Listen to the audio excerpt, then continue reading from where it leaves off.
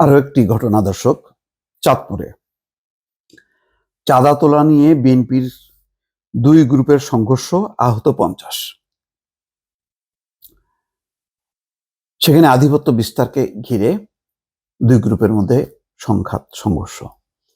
আমার অবাক লাগে, বাংলাদেশের অনেকগুলো জেলায় মানে বিএনপির কোনো অস্তিত্ব ছিল এটা বোঝা যেত না। আন্দোলনের সময় কোথায় ছিল? সবগুলো জেলা কি খুব অ্যাক্টিভ ছিল? অ্যাক্টিভ ছিল না। বহু জেলাতে একেবারে কার্যক্রম নিষ্ক্রিয় ছিল। আজকে হঠাৎ করে এমনভাবে তাদের জাগরণ ঘটেছে, কোনো কোনো জায়গায় মনে হচ্ছে যেন আওয়ামী লীগের থেকেও তারা খুব পাওয়ারফুল ছিল। হয়তো ছিল, কিন্তু কোথায় ছিল? কয়টা জেলায় আন্দোলন হয়েছে, সেই কার্যকর আন্দোলন। আজকে কেন এমন সব ঘটনা ঘটানো হচ্ছে যাতে বিএনপির বদনাম হয়? তারা কি চায় না যে বিএনপি মানুষের সমর্থন নিয়ে ক্ষমতায় আসুক? আমি বারবার এই খবরগুলো সামনে আনছি। অনেকে হয়তো মনে করতে পারেন যে আমি বিএনপির বদনাম ছড়াচ্ছি। না, এটা সতর্ক করছি। ঘটনাগুলি নিয়ে আসছি মানেই হচ্ছে সবার চেহারাগুলি উন্মুক্ত হোক, কোন কোন জেলায় কোন কোন নেতারা এই কার্যক্রমগুলো করছে। এবং একই সঙ্গে আমি সন্তোষ প্রকাশ করছি যে বিএনপির হাইকমান্ড কিন্তু প্রতিটা ঘটনা পর্যবেক্ষণ করছে এবং তাৎক্ষণিকভাবে তারা নিয়ন্ত্রণ করার চেষ্টা করছেন। কিন্তু কারো কারোর মধ্যে এত বেপরোয়া আচরণ যে তারা কোনো কিছুকে মানতে চাচ্ছেন না, যার কারণে কিছু ঘটনা ঘটছে। এখানে যে ঘটনাটি ঘটেছে, চাঁদপুর শহরের পুরান বাজারে আধিপত্য বিস্তারকে কেন্দ্র করে বিএনপি ও সহযোগী সংগঠনের দুই গ্রুপের মধ্যে সংঘর্ষের ঘটনা ঘটেছে। সংঘর্ষে অর্ধশতাধিক মানুষ আহত হয়েছেন।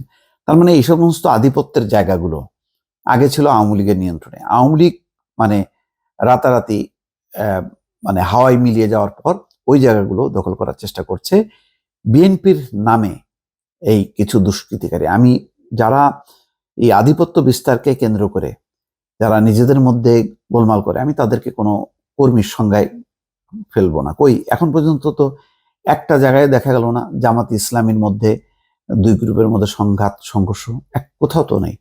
কেন বিএনপির মধ্যে মানে এই ঘটনাগুলো ঘটছে? কেন এত বড় একটা ছাত্র অভ্যুত্থানের পরেও তাদের মনন জগতে কোনো পরিবর্তন আসছে না? সেটাই আমার কাছে বারবার কিন্তু প্রশ্ন। শুক্রবার রাতে বউবাজার এলাকায় কয়েক ঘন্টা ধরে এই সংঘর্ষ চলে।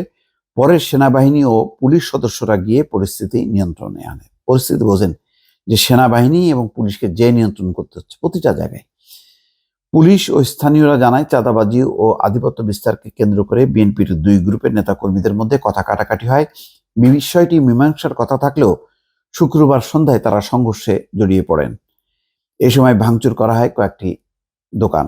সংঘর্ষে আহতদের মধ্যে ৩৫ জন চাঁদপুর ২৫০ শয্যার সরকারি হাসপাতালে চিকিৎসা নিয়েছেন। তাদের দাবি, চাঁদাবাজিতে বাধা দেওয়ায় স্থানীয় বিএনপি নেতা রব মিজি, রানা মিজি, শফিক মিজির নেতৃত্বে ২ শতাধিক মানুষ লাঠিসোঁটা ও দেশীয় অস্ত্র নিয়ে তাদের উপর অতর্কিত হামলা চালিয়েছে। অনেককে বেদম পিটিয়ে ও এলোপাতাড়ি কুপিয়ে মারাত্মক জখম করেছে। সংঘর্ষে আহত চাঁদপুর পৌর ২ নম্বর ওয়ার্ডের যুবদলের যুগ্ম আহ্বায়ক মোহাম্মদ আলম খান দাবি করে বলেন, স্থানীয় রব্বিজি ও তার ছেলে রানা এক নিরীহ ব্যক্তির কাছ থেকে চাঁদা চেয়ে তাকে মারধর করে। এ সময় এলাকার এক যুবক বাধা দিতে গেলে হাতাহাতির ঘটনা ঘটে। এ সময় এলাকার গণ্যমান্যরা বিষয়টি সমাধানের আশ্বাস দেন। এরই মধ্যে শুক্রবার সন্ধ্যা ৬টার দিকে রব মিজি ও তার সহযোগী বহিরাগতদের সহযোগিতায় অস্ত্রশস্ত্র নিয়ে এসে আমাদের এলাকার দোকানপাটে ব্যাপক ভাঙচুর করে। এ সময় বাধা দিতে গেলে আমাদের নারী পুরুষ সহ প্রায় ৫০ জনকে মারধর ও কুপিয়ে জখম করে।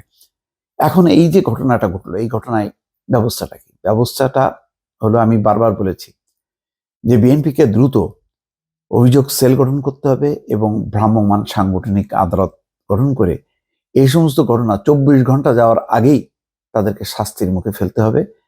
তা নাহলে আস্তে আস্তে এর কিন্তু বিস্তার ঘটবে এবং প্রতিদিনই গণমাধ্যমের পাতা উল্টালেই কিন্তু এই ধরনের ঘটনা ঘটছে, যা বিএনপিকে একটু একটু করে পিছিয়ে দিচ্ছে। দর্শক ভালো থাকবেন। আল্লাহ হাফেজ।